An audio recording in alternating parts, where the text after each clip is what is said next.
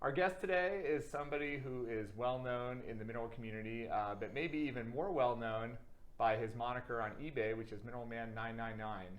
Jasun MacAvoy is a veteran of the online mineral selling world. He's been offering the best and weirdest and most interesting minerals eBay has to offer for over 20 years, and we are very privileged to have him on the show today to share with us some of his experiences selling interesting, rare, and high-quality minerals from around the world on the internet and to customers for over 20 years. Jasun, thank you so much for being on the show today. Good to see you, Phil. Thanks for having me. Good to see you too. Cheers.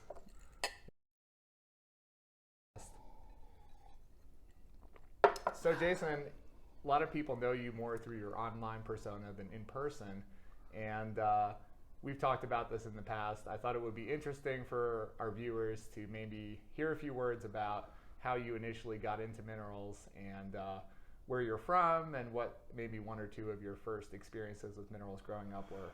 Sure.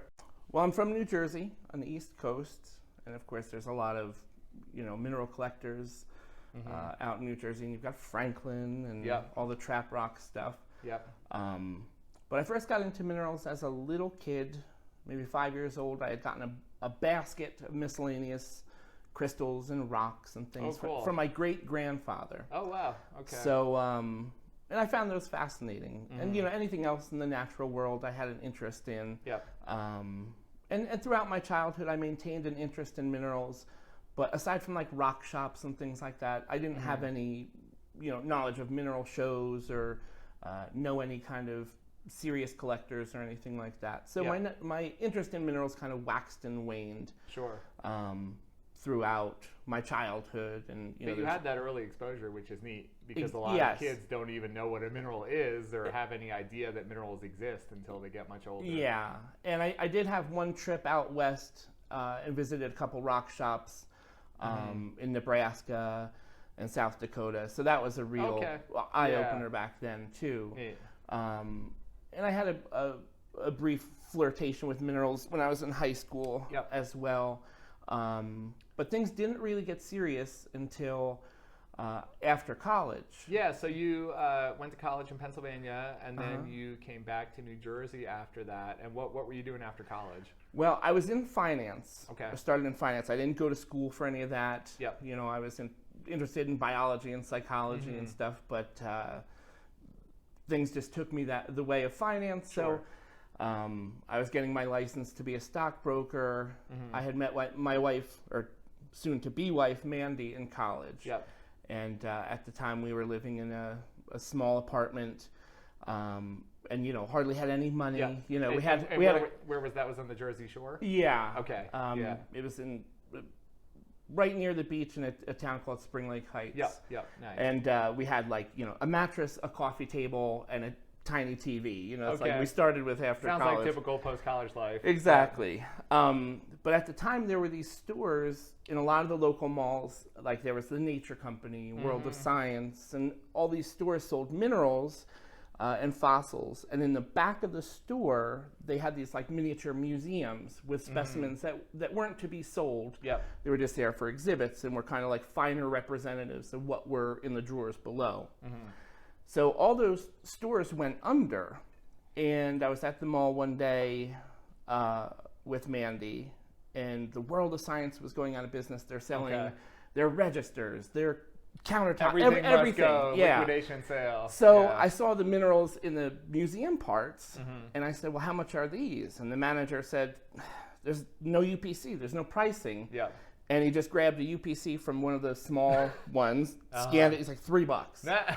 Wow. And I couldn't believe it. And it was like an amethyst cathedral or something or even things that were a little more special than that. Sure, There was some great Chinese fluorites. Oh, wow, okay. So these were real mineral specimens. Yeah, really great things. Wow, and as it turns out, Bill Pinch was one of their buyers. Oh my gosh. That I found out years later. Wow, okay. So it was good stuff in these real cabinets. Minerals. Wow. So I put together all the money I could and bought what I could, which was like $40 worth of stuff at the time. Wow. And I told Mandy when we got home, I said, we need to find all these minerals because this is an incredible deal. Yeah. And she said, what are we going to do with them? I didn't have a good answer for Logical that. question. Aside from put them on a shelf Yeah. because they were a good deal, I had Sure. no good answer for that. But the entrepreneur in you sensed an opportunity. Not even yet. I didn't even have that idea yet. Wow. I was just like, I can't pass this up. These things yeah. are too amazing. Okay. So I'm like emptying out our change jugs, like for the wow. laundry machines and all this stuff, getting any money I can, and going to every world of science I could in like a 4-hour radius. Yep. Wow. And at the time I was going to classes in the city, getting licensed to be a stockbroker. And I was walking by Astro Gallery every day, and I'm like, you know what? Let me take one of those things in there and see what I can do. Right. And they bought one of the minerals Wow. for a decent amount of money. Yeah, and a lot more than $3 or whatever it cost at World of Science. A lot more, yeah. So I was like, wow, this is exciting. Yeah. But still, I got home, I was really excited to tell Mandy about that. But I still didn't have a good plan for what I could do with them. But now I knew, hey, we could sell these things. Yeah, yeah. And somebody at the time said, you ought to try eBay. Now, we didn't have a computer. Okay. We didn't have a camera. We didn't have any of those things. None of the prerequisites. Yeah. So I borrowed their camera. And their computer. Wow. And I took pictures of the rocks in my bathroom. I put like a piece of poster board down, took pictures of the rocks, and I put them on eBay. And because I didn't know exactly what they were worth, and I paid next to nothing for them, I said, start them at $1. Yeah. Because my cost was maybe $3. Yeah. No reserve, started at $1. See what happens. So I was off and running with the dollar auctions. Yeah. Wow. So, but in short order, I started to run out of minerals. And I said, so how was it going? Things were selling on eBay then for decent prices, and it was amazing. Yeah, it was. At the time for us, where we were at, it was significant money. It was like, that covered rent. Difference. Yeah. So, wow. Okay. Wow. And I had been to one mineral show when I was 14, so I knew they existed. Yeah, you knew there was a market. Yeah. So I was like, all right, we need to find a mineral show. Yep. And the Franklin Mineral Show was going. So Mandy and I went there, and we had a budget, I think, of $100. Okay. And we went, and of course, went right through that. And because you were trying to restock your inventory. Yeah, basically. I was looking for good deals. I still had some of the World of Science minerals that I was trying to trade. Yeah. And my knowledge base was really not that great at the time either. Sure. So going to that Franklin show, just by luck, there was a well-known English collector who happened to be visiting, set up a table of amazing English fluorites. Oh, wow. I was only able to afford one. Okay, wow. And Mandy and I needed to go to the ATM and get out a little more money. That was like, this is money to pay bills. This is not... This is like a splurge purchase, like, oh, I hope we can sell this and make some money. Mandy has always been the very fiscally responsible side of things. It's good to have one of those in any relationship. Yeah. Thankfully for her. Yeah. So, we wound up blowing our budget at Franklin, spending a little bit more. But that worked out really well, too. At the time, we got very fortunate because at the time, nobody was selling good minerals on eBay. Yeah. It was mostly just kind of junk. So what time period was this? This was about 2000. Okay, right around year 2000. Yeah. So the dot-com bubble had happened. Exactly. eBay was relatively new because I started on eBay in 2003 when I was in high school. Yeah. And it still felt a little Wild Westy at that time. And it was, So it was like that for a few years yet. But at the time, nobody was selling incredible things. Yeah, exactly. So we got a reputation very quickly, especially selling things at $1. And that had more to do with the fact that my knowledge base to value things wasn't that great either. Well, you were letting the market decide. You were taking a leap of faith. And I was buying things at a way where it was like, I could gamble on this. Yeah. We'll see what happens. Yeah. Shortly after that, just through some serendipitous events, buying a dioptase specimen at a flea market. I asked the person, hey, where did you get this? Yeah. They gave me the phone number of a guy.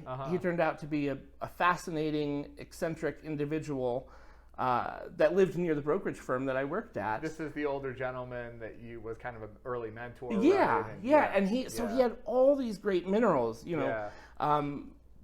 just bags of great tourmalines from Brazil, all these things that he had acquired. Yeah. And he gave them to us and said, I just want something back. Wow. And, it wasn't even like an organized split or anything like this. Give me what you think is fair. Sell them, and we can do whatever. Wow. So that was amazing. So I was able to sell all these great things. Yep. And again, because I had no cost basis, I was able to offer them at $1. Yep. And he thought that was kind of a fun idea. Yep. Now, how are you balancing this with your day job? So I would come home from work and just spend time photographing. Okay. And it was kind of willy-nilly. I would get up as much as I could for the week and whatever. It wasn't a set schedule at that time yet. But I was just doing it when I could. And since it was a financial help, we made a point to do it. Sure. Yeah, and I imagine that, you're trying to become a licensed broker, you're working in a firm, you have some flexibility, but at the same time, there's an expectation of, this 40-hour work week or something like exactly. it. So so it was, it was just fit it in when you can. Yeah. But we started finding all these mineral shows too. And Mandy and I loved just taking a road trip, having lunch somewhere, going to a mineral show and whatever. Cool. And it wasn't too long after that we got like our first kind of collection. And it was mostly what I thought at the time was junk. Mm-hmm. There was a whole bunch of lapidary stuff in there that I had little to no regard for. So tell me about selling Clay Canyon varisites for a bargain, because that's a story I love. All right, so in this box of slabs, there's, jasper and things, but there were also things that to me appeared man-made or whatever. And they would say things on them, like 13 cents a pound and things, something, what am I going to do with these things? But so I started including them in people's packages as just as a free gift, just kind of hey, this will be fun. And I started getting messages from people, hey, you sent me something by mistake. Yeah. And I said, no, free gift, all yours. I still get that with some of my freebies. But and then I started getting free gifts in return. Okay, wow. And somebody sent us a group of gemstones and faceted gemstones and gem crystals. And I'm like, this is crazy. Yeah, why are they sending me those? It's a few $100s and stuff at least. Yeah. We actually had a ring made for Mandy that she wears to this day that's got like a gem ruby crystal and then a color change spinel. From a gift. Yeah. So, and the guy wound up telling me, hey, that was worth a lot of money. That was worth over $1,000. The freebie that you sent. Yeah. And I said, all right, maybe I ought to look closer at this stuff. And I was sending out pieces of a sequential boulder of really good varisite. The Primo Edover era Art Montgomery Clay Canyon varisite. Exactly. Wow. And I mean, it had very deep green color. Wow. And at the time, I thought maybe it was dyed or something. I had no knowledge whatsoever. It's like a Brazilian dyed agate or something. I was like, look, whatever, I'll send them out. So I sent out what would have been an awesome display boulder. Well, you made some people very happy. And that was actually one of the things that helped build us a very loyal following early on.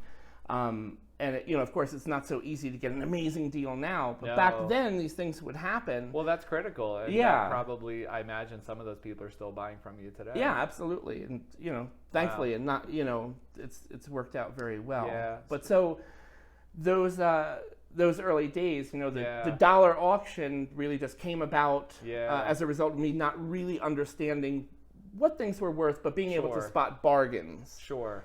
Yeah. So what was the moment or the sort of light bulb time where you thought, you know what, the day job is going to have to go and I'm going to be a mineral dealer? Okay, so I had been in finance, and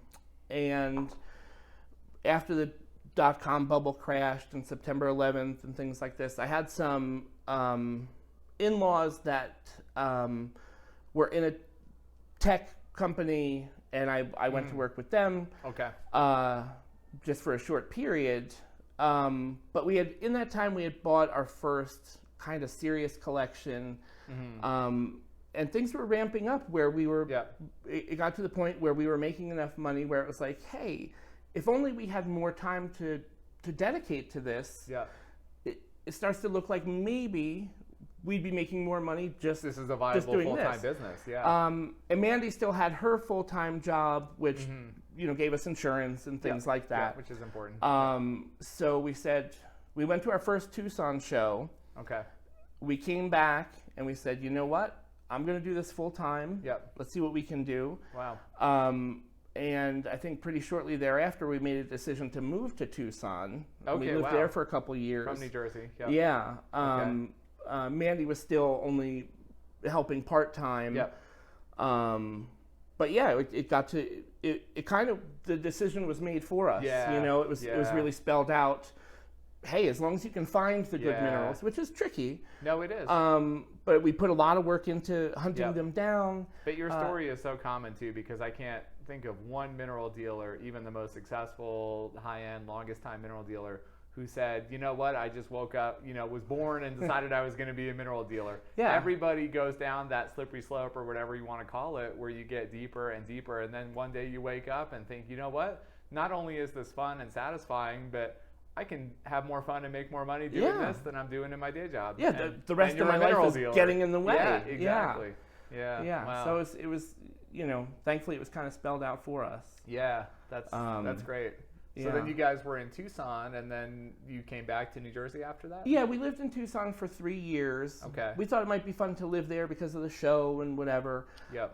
But we soon realized that as soon as the show is over, there's not a lot of mineral things going on compared to back on the East Coast when there's just such a wealth of old collections, where you can, there's just more old things in general. Absolutely. There's more old antiques. There's more, all that stuff. So hunting old collections, at least for us, was much easier back on the East Coast. Yep. And we missed the beach and all that stuff too. Of course, so you came back to Jersey. Yep, we came back to New Jersey.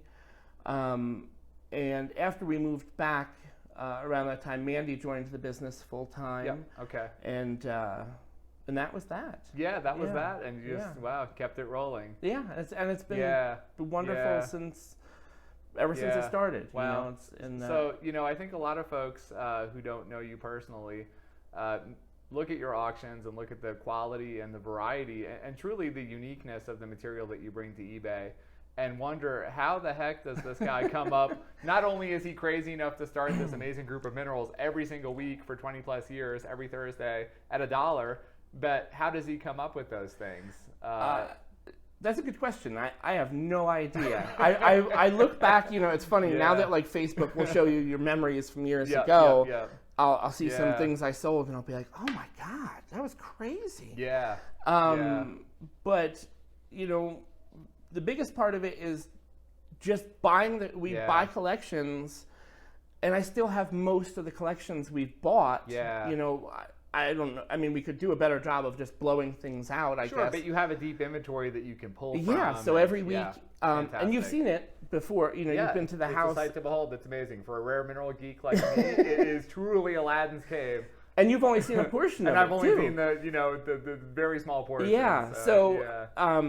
Yeah, much to Mandy's chagrin, we have these deep caves of boxes and collections and things. So I'll just kind of mine those. Well, and I would also categorize you as a digger in the sense, and not a digger, digging up holes outside, but a digger in the more intellectual, nuanced sense of going around with you at a show can be exhausting and insane, for lack of a better word, but also incredibly fun. Because you, more than almost anybody else I know in the mineral world, can look at a dealer's booth and in 5 minutes make a decision. Is there something interesting here, something that works for me, something unusual, something rare, something special? And not only as that a gift, but I imagine it's probably one of the most fun parts of what you do. I love it. We have a little boy, Kevin, and since we had him, Mandy's been staying home with him and stuff a lot of the time. But when Mandy and I would do this together, it was great to have a teammate too. I imagine. But even just by myself, that's one of the funnest parts, is just digging through somebody's inventory. I always ask, do you have things under the table? What's new? All that stuff. And I'll do it all once, and I'll come back and do it a second time, and I always find things again. But there's just been so many instances of digging through stuff where I found something unexpected in an unexpected place. So you just never know. But that's the funnest part for me, is just me too. Frantically, it's the looking hunt. at things. It's the treasure hunt. Yeah, and I can remember all the times where I had like those extraordinary finds. Yeah. One time, Mandy and I were in North Carolina. Okay. We had delivered some stuff to a collector down there, and he told us, he said, there's somebody you might want to check out a couple miles from here. They're selling off some things, whatever. And it was already a long drive. We had driven down there. Sure. We were hungry. We were tired. But we stopped at this place, started digging through things, and there were some good things we found, but nothing earth-shattering. And we were really, towards the end, ready to just throw in the towel and say, all right, let's just get something to eat and get on our way. Yeah. I said, and Mandy was definitely more ready than I was. Yeah, she was like, let's pack it up and go I said, home. we have 20 more flats, let's just finish them. And in, close to the very last flat, I opened it up, and there's some like broken figurines and other crap like rolling around. Not even minerals, just stuff in a box. Just junk. But rolling around in that with all that stuff, I still can't believe it to this day, was a blue wolfenite from Tsumeb. Wow. And I couldn't believe what I was seeing. Yeah, you do a double take. You know what it is, but you think, how could this is too good to be true. And not only that, it was undamaged. Wow. And and there was they weren't in boxes or anything. Just rolling around. Yeah. So that was really incredible. So that was exciting. That is exciting. And you remember all those moments where you had that big discovery. And I imagine that was a big part of your education in minerals, right? Because, the vast majority of us in this business and this hobby are self-taught, and you learn through experience, you learn through digging. So to look at that random specimen in bad lighting, roll around with some figurines, and know that it was a, Chilagoite, wolfenite from Tsumeb, that takes a lot of experience. Well, one of the things that was maybe the best education was buying collections, because you'll always get things you're unaware of, things that need to be researched. And in my case, selling the things, you'll say, oh, that sold for a lot of money. I'll look for those again. Yeah, and then you file that in the Rolodex, and you're like, I need to pay attention. And so over time, that's great. And, in one sense, if you're buying the things you already know and like and sell them, that's great. Yeah. But when you buy lots of things and there's maybe different tellurites and things in there, and you go to sell them, and you see that, wow, there's a market for this, and these things are valuable. Exactly. That really expands your knowledge base as a dealer. It's really a motivator. So buying collections, and then too, you're like, hey, I need to make my money back and things like this. That's a motivator too. Would you say you learned mostly through hands-on experience then, or did you have any mentors that sort of guided you in your? Absolutely, hands-on experience was the biggest thing. Yeah. But there were definitely, other old-time collectors and dealers that were very helpful. Mark Feingloss, Bill Pinch. Yeah. Those guys were great in terms of, just increasing my knowledge base. I remember one year in Tucson, Marshall Sussman had somehow wound up with a huge parcel of germanite ore from Tsumeb. Which is already interesting, just as ore specimens. Yeah, so I was excited to get that. Wow. And I remember I talked to Bill in the courtyards of the Inn Suites, and Bill and I sat and looked at every nook and cranny on every specimen. Every chunk of ore. From I think around 10 a.m. to dinner time. Wow, that's amazing. And I learned more about Tsumeb rarities that occur in that assemblage. Well, and what a treat to see it through his eyes. Oh, it was amazing. It was so much fun. Wow. So, getting lucky in those regards and forging relationships with seasoned collectors was a great education. But definitely buying collections and just kind of being on the hook for your investments and things and as you know, a good educator. The majority of collections, especially with rare species and old classics, things are unlabeled. It happens all the time. And you have to be able to cite ID stuff. You have to be able to come up with reasonable locality and species data just using what's up here. And it takes years. And it's the 10,000 hour thing is like a bare minimum. Like it's, 10x that to really. Tony Nicosher, I should say too, was another huge player. Yeah. In our education. He lived up in Peekskill for a long time. Mandy and I would go up and visit him for a period of time. We'd go see him almost monthly. And his warehouse was an old, 19th century hat factory. and he had an extraordinary inventory. Yeah. You know, he had gotten things from all kinds of old European museums, and of course he got the Cureton's inventory when they left the business. Oh wow! Yeah. And he had all these great everything was alphabetized, and you could pull out all these drawers. It was like a museum. I loved it. Wow. I loved going. Yeah. Wow. And when he moved down south, not way down south, but just to Virginia, or wherever, Charlottesville. Yeah. He was nice enough to sell us his personal collection. Oh wow. Of about 6,000 specimens.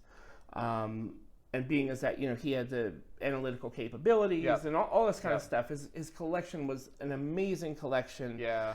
We only sold off maybe 1,000 pieces at best. Wow. So we still have that great reference collection from Tony, all in his personal collection drawers and stuff like that. Wow. And that was great. So Tony Nickisher was really played a huge role in our education as well. That's great. That's great. A absolutely lovely man. Yeah. Wow. So kind of moving forward a little bit, you came back from Tucson, you were in New Jersey again, your business is thriving, it sounds like you're getting more serious into buying collections. These days, I look at you and a small number of other people as sort of internet personas and people that, and I say persona, hopefully the most flattering use of the word, but what I mean by that is that you are somebody that anchors a part of the online mineral community, especially when it comes to access to rare species and unique things that are otherwise not available in an online format. When did you feel like you kind of went from like, okay, I have an eBay business that's going well, I'm buying collections, to like, wow, this is really trucking and I have a great customer base and I can't wait to come up with cool new stuff to give them, week after week? Was it a process? Was there kind of a light bulb moment? Or? I would say early on we'd buy collections and it was more of just kind of more of a mathematical thing. Okay, we bought this collection and we made X and that's great and we'll keep it rolling. But as I got more and more relationships with our customers and other collectors and got to know their interests, it became more of a personal challenge, for a collector who, let's say, focuses on precious metal bearing species or something like this, or a specific locality. It was a very fun challenge for me to find the things that would excite them. Exactly. And I loved that. I loved, taking people's wish lists, and we'd have them hanging in the garage. Or oh wow, that's great. So you would have some of this written down and I would ask emails people, and stuff. Hey, that's great. With some of our collectors and stuff, do you have a wish list? Anybody send me a wish list? That's great. And we still do that. That's great. And which helps too in a very disorganized setting like we have. What do I mine for this week? But so-and-so wants this. But I love that feeling of finding something for somebody I know they're going to be really excited to get.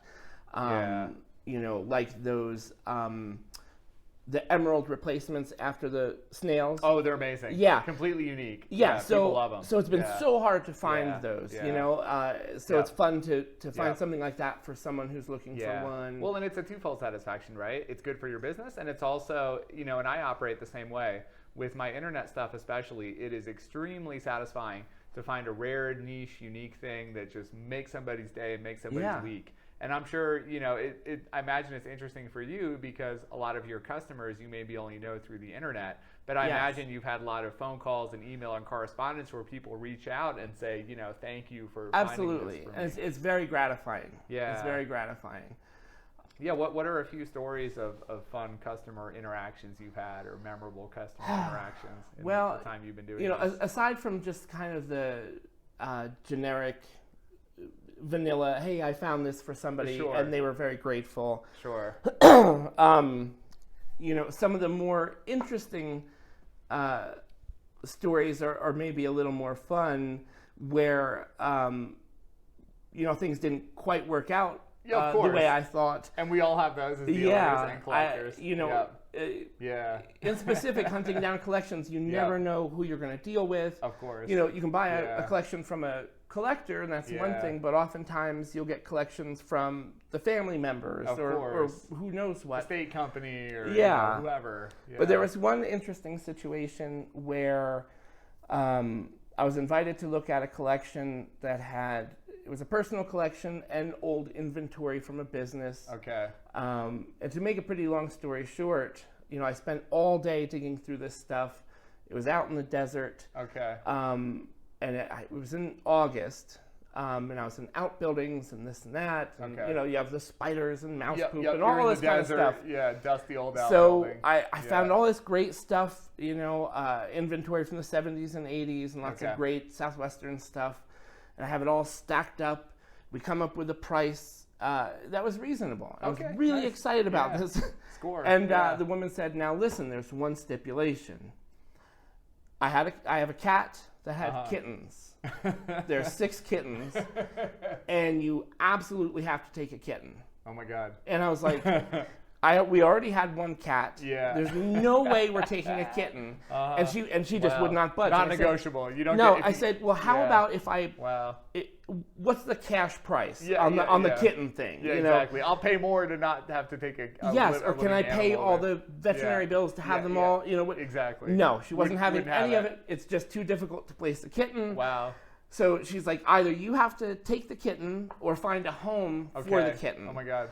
And I just wasn't going to let it go. I'm like, I'm not losing this situation. Wow. So after I called a bunch of different people, I finally found somebody who's like, yeah, I would love to have a kitten. Yeah. Wow. And she had to get on the phone with him too and make sure this was for real, that the guy was really taking the kitten. Wow. So that was one of the more interesting situations. I think a lot of collectors don't realize what dealers like you and I go through to find these collections. It's very difficult. It is. You wind up kissing a lot of frogs. You do. And it doesn't always Well, and that's work a learning out. Experience too. You know, I mean, that can be equally productive in a sense, knowing what not to do than what to do, or what leads to a good outcome and what leads to a not so good outcome. But and of course there's all kinds of crazy stories. Sure. Mineral collectors are a unique breed in and of themselves. Yeah, we are all a little different for sure. We're wired a little different. I don't know quite how to put it. Yeah, for the most part, group. They're all. It's a wonderful community, and it's a lot of fun, and that's what gives me a lot of satisfaction in this business. So another thing that I think folks really notice and know you for is your incredible consistency with your auctions week after week after week. Do you and Mandy kind of have a system down that you've engineered, or has it been some trial and error to get to the point where you can do this even when you're traveling, you're going to shows? It helps. It helps tremendously to not have a personal collection. Yeah. Years ago, when Mandy was still working her job, she had a Sumeb collection. Okay.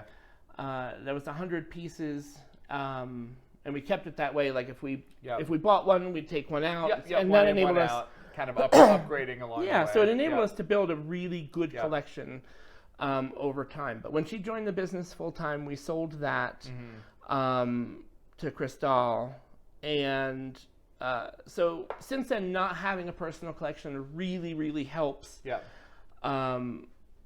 It helps to be able to bring really exciting things to market. Every week there are things that I would want to keep if I had a personal collection. Yeah, of course.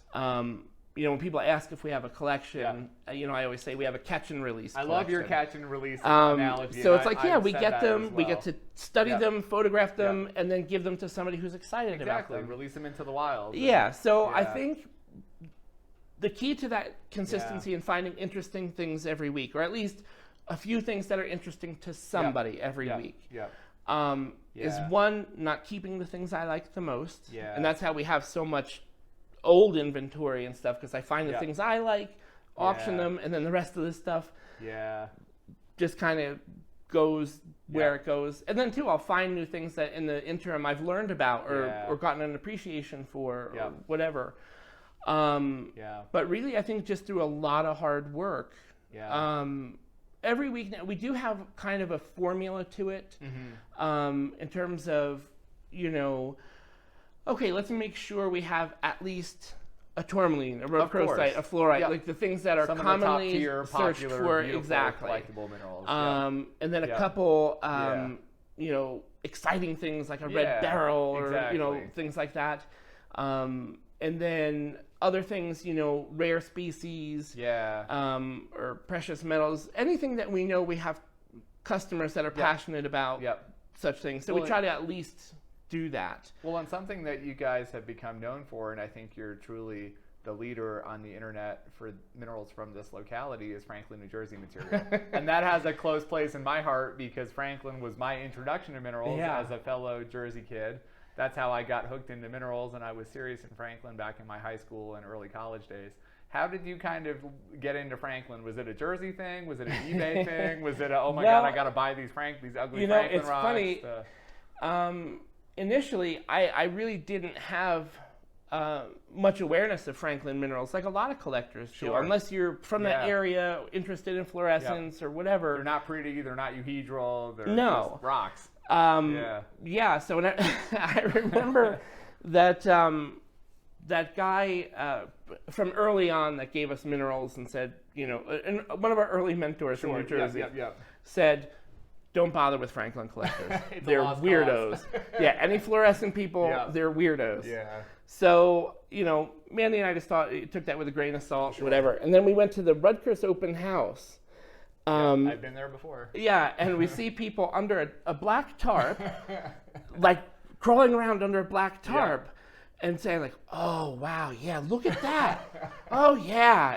And so we're like, "Wow, okay, that's odd." And I mean, obviously, we didn't think there was anything that weird going on, but it was a bit of a spectacle, in the rest of the scene. Totally. So that was kind of odd, and I was asking him. Once they came out of their tarp, I said, what are you guys checking out? And I said, there was a great, whatever it was at the time, and it was great patterns. And he said, hey, are you going to ultraviolation? And I'm like... Which is my favorite mineral show name ever, by the way. It sounds crazy. You don't know what you're up for. So I'm like, I don't know what ultraviolation is. I mean, so it seemed in line with being told, you don't need to bother with Franklin. Yeah, exactly. These people are weird. But of course, in short order, I became fascinated with Franklin stuff too. So you went to ultraviolation? No, I didn't. I still have never been to ultraviolation, unfortunately. But that kind of led you into Franklin. So I at least got some appreciation for them at that time. But it's such a broad knowledge base. It is. And that initially, it was a real challenge to educate myself on it, and it's kind of a world unto itself in terms of its complexity. It's collectors, all that. It's very, very specialized. It is. So it took years. It took years for me to get enough knowledge to really feel comfortable with it. And still to this day, Steve Q-Thames, who's an amazingly knowledgeable mutual friend, very knowledgeable. Franklin collector. He's extraordinary, and he's been so generous with his help and his time. That's great. Along with a number of other Franklin collectors. So I've been really grateful for that. But it wasn't until we acquired Tony Nixer's collection that I had a significant number of rare and meaningful Franklin pieces, and I really got traction with understanding and selling Franklin stuff. Well, and you're really carrying the torch for Franklin into the 21st century, because I think now, as I'm sure you've discovered, there's a whole world of people that love Franklin minerals, including real rarities, that don't live anywhere in the area that want to have access to this material. And you're their source, and that was my impression even back in my high school days when I started selling on eBay back in 2003. I remember I had a guy in Indianapolis who's a cardiologist who just knows nuts about Franklin. And I was digging the stuff up in the dumps or buying it from Dick Houck, and I thought, wow, I can subsidize my mineral collection with this cardiologist in Indianapolis who's buying Franklin stuff. And I'm sure you've met people from all over the world. All over the world. There's very passionate Franklin collectors. And once you develop an appreciation for it, you realize just how unique it is on the planet. Completely. And it's really amazing, you know. It's no surprise that there's a lot of passionate collectors out there. And of course, getting Chet Lemansky's collection too was mind blowing. Oh yeah, you know, I can only imagine. So we acquired all his Franklin. I mean, it was a 38,000 specimen collection, so that we had split with Rob Levinsky, but we got all Chet's Franklin stuff, which was great, and it was great to spend a lot of time with Chet too, and get his not only his expertise and info, but to get all his anecdotes and things like that, and that was really great. So that's something I've really gotten an appreciation for. But didn't at first. You know, I'm like, these ultra violation weirdos under the tarps are not for me. No. So to wrap things up, maybe with a closing question. I think a lot of people watching this, again, respect you for your connoisseurship and your knowledge of minerals at all levels. And, you know, like a lot of people in the mineral world, you've built that sort of outside the traditional framework of, you know, you're not like Charles Palache where you have the mineralogy PhD from Harvard, and most of us are not. What are a few things that you might suggest to younger people watching this as far as becoming a little more nuanced, a little more sophisticated with their mineral knowledge, being able to do things like you do at shows where you can cite ID stuff? You know, aside from buying collections and things like that, which not everybody is able to do. I think the most important thing is just asking questions and getting to know people, because there are so many different collectors, and everybody has a certain degree of knowledge or things they know about. But if you're not asking questions and meeting other people, you're missing out on a huge knowledge, a huge pool of knowledge to gain from. Most collectors want to share. There's no shortage of people. Sometimes they want to overshare. There's no shortage of people in the community. No shortage in the community of people that want to talk about rocks. I think my biggest piece of advice to younger collectors would be to just ask questions like crazy. What is this? Why are you selling this? And at every show, still when I go around and see people I know, I say, hey, what are you finding? What have you seen that's exciting? What are you buying? You know, all that stuff. And even just asking people those things, you find out where the cool things are or what's going on or things like that. So that's very useful. And just, you know, even asking, why is this priced $300? I'm not familiar with, you know, you don't need to do it in an unfriendly way. You can do it in a but you say, I'm way. completely unaware of what this species is. Why is it priced like this? Because there's a lot of times people will look through things and see something that they think, oh, well, that's an ugly mineral. Why is it priced so high? Exactly. And that's an educational moment. That's a real thing you can absorb and stick in your Rolodex and say, oh, well, that's actually from the type locality. It was mined 200 years ago. Only 50 were found, whatever. Or that it's some kind of gold ore or has some kind of precious important metal provenance. Or whatever. So, and I think there's, you know, most collectors that have their own narrow focus, you know, okay, I collect fluorite or whatever. Asking questions and stuff is a good way to not only increase your knowledge base, but increase your enjoyment of the hobby. You know, not only are you meeting other people, but you're learning about things that are, you know, are maybe exciting that you were unaware of. It all builds. Yeah. And that's how we so I think asking questions, absolutely key. So that's probably the one most important thing. Well, Jason, this has been an absolute pleasure. Hey, it's been a pleasure for me. Thanks for having me. Show, and keep doing your thing. We'll see you on eBay. All right.